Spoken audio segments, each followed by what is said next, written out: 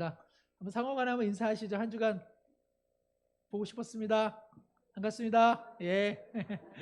반갑습니다. 예. 아유, 이 늦은 시간까지 감동이 됩니다. 감사합니다. 어,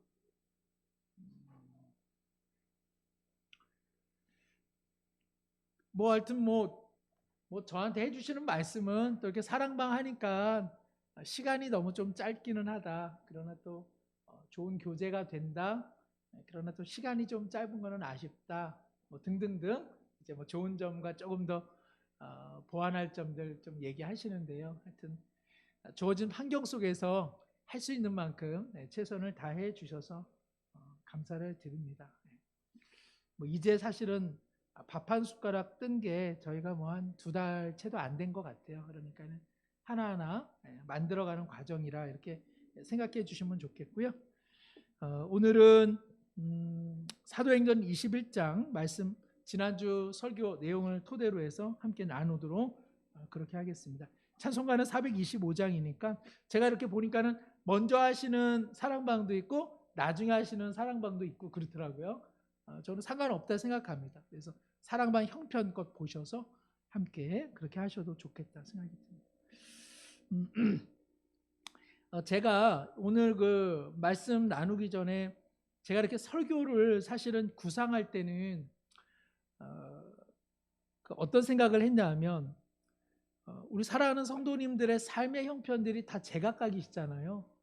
그리고 우리가 보여지는 것은 다 행복한 건지는 몰라도 실제로 우리 성도님들 삶으로 들어가면 저마다 다 애환이 있고 아픔이 있고 하나님께서 이런 것들은 조금 우리 가정에 좀 실마리가 풀어졌으면 좋겠다는 마음들이 있잖아요.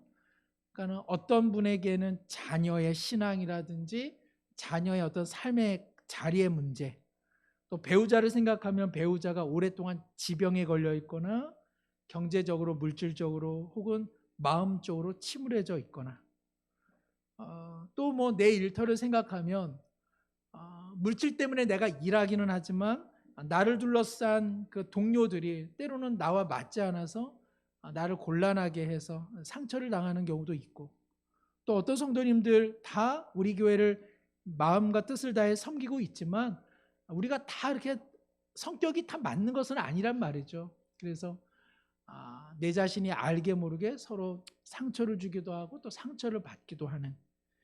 그러니까는 저도 그렇고 우리 한 사람 한 사람이 묶인 곳이 매여 있는 곳이 다양한데 그러한 모든 자리가 우리가 어디 호주 떠나고 캐나다 떠나가면은 모를지언정 어차피 우리가 다 묶여 있는 자리란 말이죠.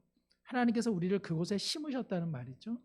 그래서 거기서 그러면 우리는 어떻게 신앙의 실력을 발휘해야 되는가? 그러한 그 구상 속에 이제 오늘의 말씀 또 지난주에 그 설교 말씀이 이렇게 배경으로 깔려 있다는 것을 우리 순자님들께서 한번 기억하시고 아마 우리 순원들을 한번 쭉 한번 예습하시면서 한번 이렇게 스케치 한번 해보세요. 그러면은 A라는 집사님이 둘러싸고 있는 그의 어떤 그런 삶의 어떤 그 애절함들이 뭐가 있을까 한번 생각해 보시고 아마 저보다 더 잘 아실 거예요 아마. 그래서 그런 것들을 염두하면서 우리가 이렇게 사랑방을 함께 진행해 나가시면 좋을 것 같습니다. 마음의 문을 열며 신자의 신앙생활은 다른 사람이 하는 것 아니라는 것. 신앙생활은 내가 하는 것입니다. 그렇죠? 목회자가 하는 것도 아니고 순장님이 하는 것도 아니고 교회의 장로님, 권사님 또 다른 누가 하는 게 아닙니다. 신앙은 다 내가 하는 것이고 신자의 신앙의 자리라는 것도 다른 곳이 아니라 내가 살아가는 삶의 자리이죠. 그래서 신앙생활은 내가 나의 삶의 자리에서 하는 것입니다. 그래서 우리 교회 제가 부임하면서 언제나 어디서나 그리스도인. 그래서 우리가 내가 하는 것이고 내 삶의 자리에서 한다는 생각을 우리 순장님들께서 꼭 기억하시면서 이 부분으로 우리 교회가 함께 늘 나가면 좋을 것 같습니다. 바울은 3차 전도 여행을 마치고 예루살렘으로 향하는데요. 그가 예루살렘으로 향하는 이유는 그곳이 결코 떠날 수 없는 바울의 신앙의 자리이기 때문입니다. 그거는 이제 우리가 한번 살펴보면 될 것 같고요. 나는 어디서 신앙생활을 하고 있습니까? 그곳에서 과연 신자로서 신앙생활을 하고 있습니까? 이 내용을 중심으로 함께 말씀의 은혜를 나눕니다. 그래서 우리의 신앙생활을 어디서 하고 있는지 다시 한번 살펴보고, 나라는 신자는 신앙생활을 그곳에서 어떤 식으로 하고 있는지를 함께 조금 나누면 좋을 것 같습니다. 신앙 자리의 출발점은 어딜까요? 제가 한번 여쭤봅니다. 신앙 자리의 출발점은 사실은 교회죠. 학생이 학교 가서 배우고서 그 다음에 사회의 인재로 기본적으로는 발돋움하는 것처럼 교회가 우리 신앙생활의 출발점이라고 해도 과언은 아닐 것입니다. 그러나 어떠한 신자는 다만 예배 생활, 예배 시간 1시간으로 국한된다면 그는 온전한 신앙생활이라고 하기는 좀 어려울 겁니다. 교회에 와서 예배드릴 뿐만 아니라 성도 간에 사귀고, 그러한 은혜와 그러한 어떤 그런 그 영적인 공급이 주중으로 옮겨가서 실제로는 거기서 신앙의 실력들이 발휘되어야 한다는 것이죠. 이런 것들을 조금 염두하시고서 함께 한번 이야기를 나누도록 하겠습니다. 사도행전 21장 10절에서 14절 말씀, 지난주 본문인데요. 우리 한번 생각을 다시 한번 집중하는 의미로 함께 한번 읽어보도록 하겠습니다. 사도행전 21장 10절에서 14절 말씀 한번 함께 읽겠습니다.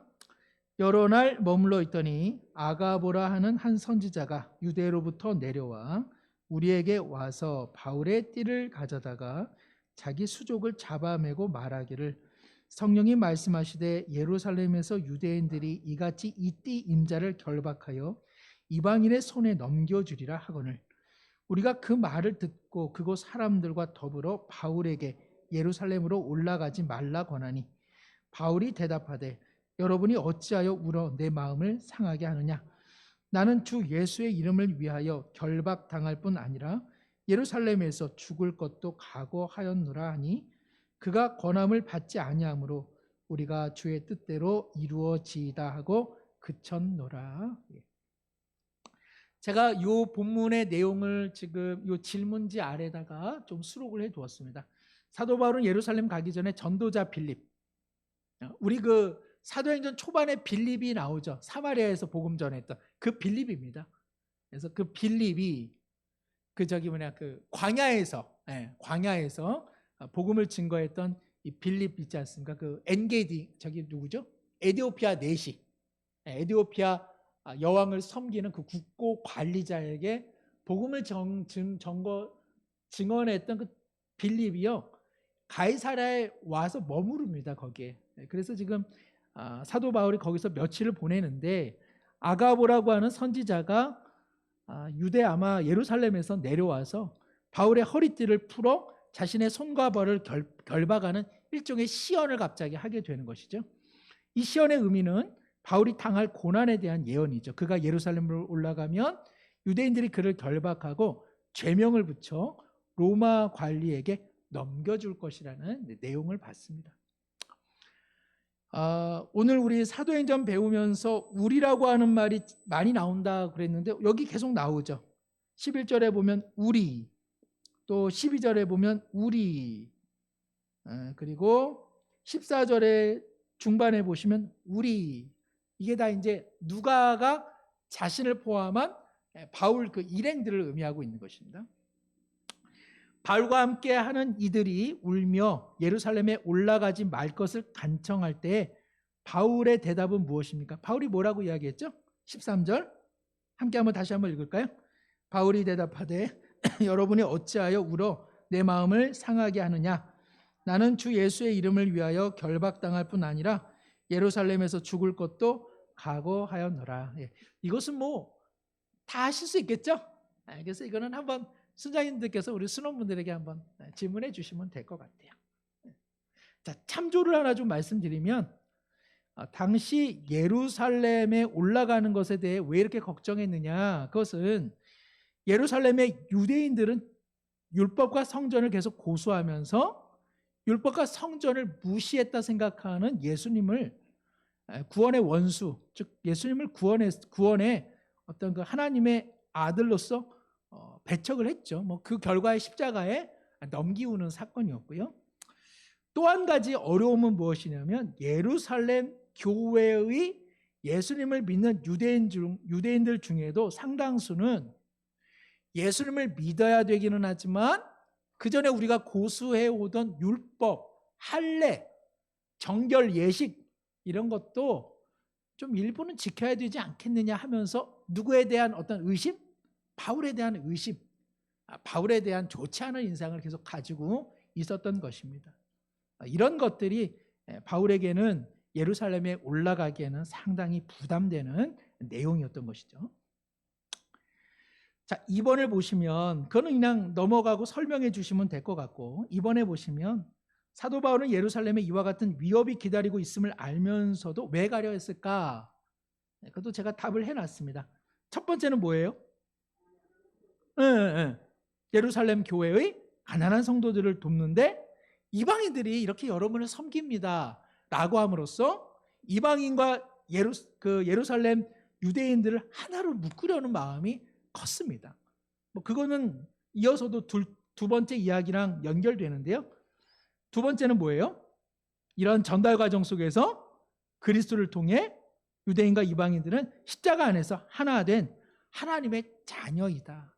그러니까 자꾸 율례나 율법이나 그 어떤 것들로 예수님을 믿으려고 하는 사람들에게 유대인들이 더 이상 걸림돌을 놓아서는 누구의 뜻을 위배하는 것이다?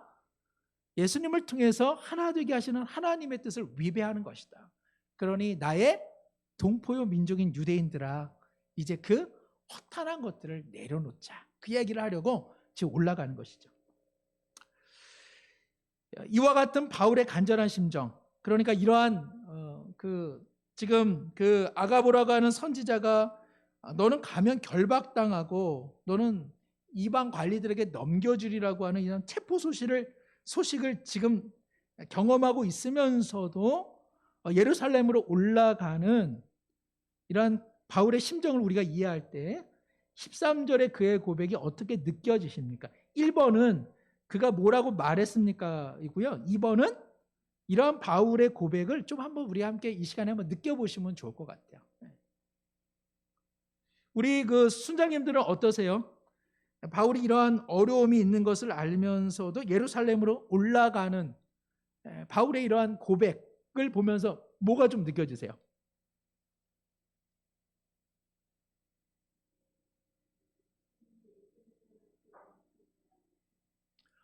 간절한 심정, 그렇죠? 예수님의 사랑, 또 예수님을 전하고 싶은 바울의 그 간절한 심정, 맞습니다. 간절하다라고 할 때 이 말이 이렇게 간에다가 소금을 뿌릴 정도로 그 말인 거 아닌가요? 그 말에서 유래된 것 같던데 보니까. 최정 집사님 비웃는 건 아니시잖아요. 네. 농담입니다. 저녁이라서 한번 그냥 말씀드렸습니다. 또 뭐 있을까요? 바울의 이 말에서 좀 느껴지는 거. 규현이 엄마 와서 특별히 하는 거 없는 것 같은데 뭐가 느껴져요? 결의, 그렇죠? 비장한 결의가 느껴지죠. 내 목숨이 어렵겠다. 내 목숨이 상당히 위태롭다.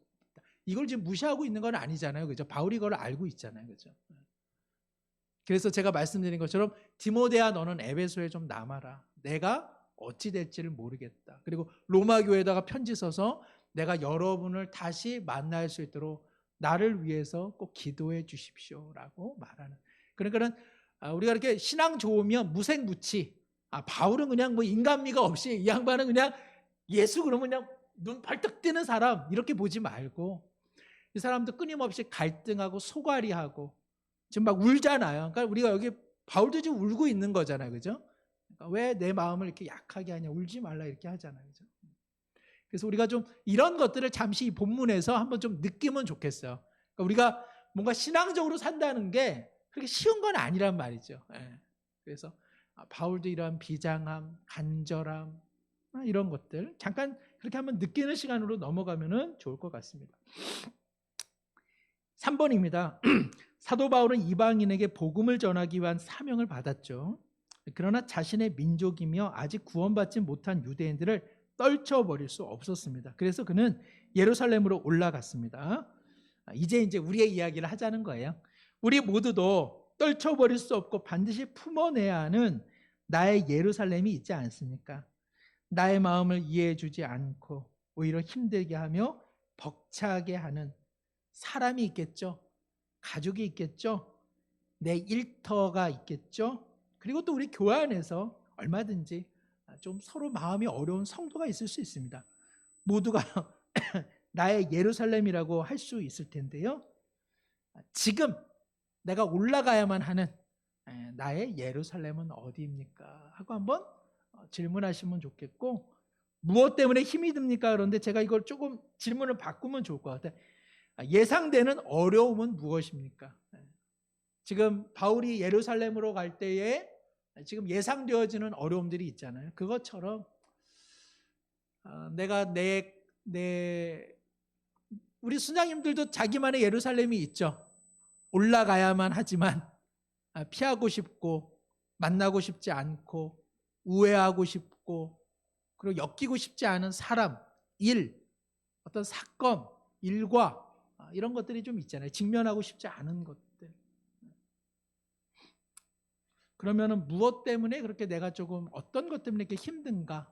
또 내가 이렇게 맞부딪히면 어떤 어려움이 예상되기 때문에 내가 주저하게 되는가? 요거는 아마 그 이제 사랑방이 얼마나 서로 좀 얘기를 나눌 수 있는 분위기냐 이런 것들에 따라서 좀 내용은 달라질 수 있을 것 같아요. 어떤 분에게는 자녀가 될 수 있겠죠. 지질이 말 안 듣고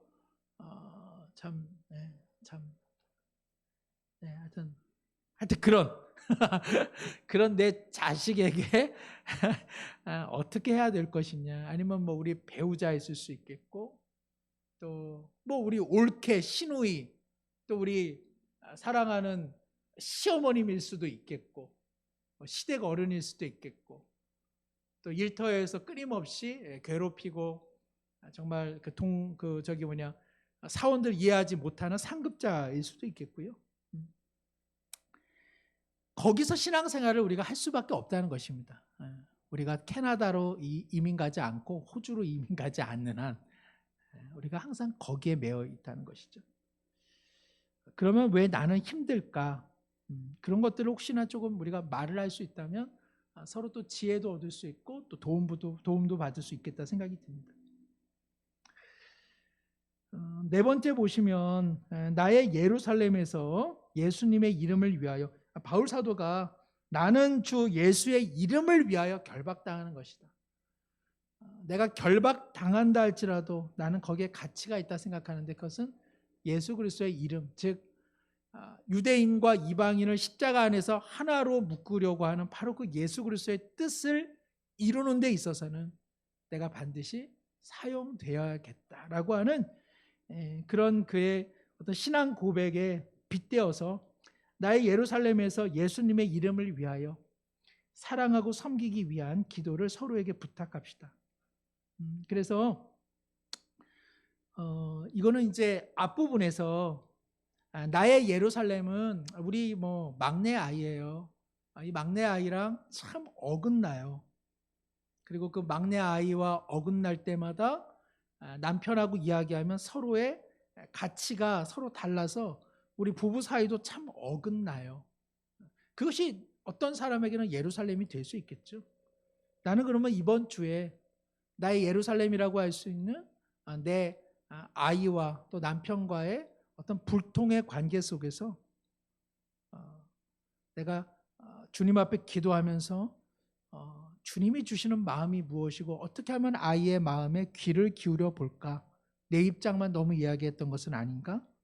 내가 한 번 더 생각하면서 대화의 물꼬를 한번 마련해 보겠습니다. 저를 위해서 기도해 주십시오 라고 할 수 있겠죠. 그냥 제가 막 예를 드는 겁니다. 그죠?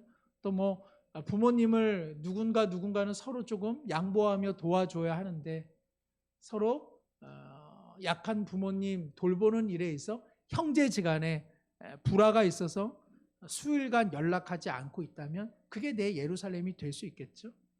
이 부분에 있어서 나는 예수 믿는 사람이니까 내가 무시당하는 것 같아도 내가 한 번 더 양보하려고 하니 제가 그러한 마음으로 선뜻 전화해서 내가 조금 내가 좀 이렇게 양보하겠어라고 말할 수 있도록 좀 기도해 주십시오. 그래서 이 4번의 내용이 3번과 결부되어서 조금 더 구체적으로 누구에게 무엇을 할지까지로 좀 나올 수 있도록 이렇게 한번 이야기가 진행이 되어지면 좋을 것 같습니다.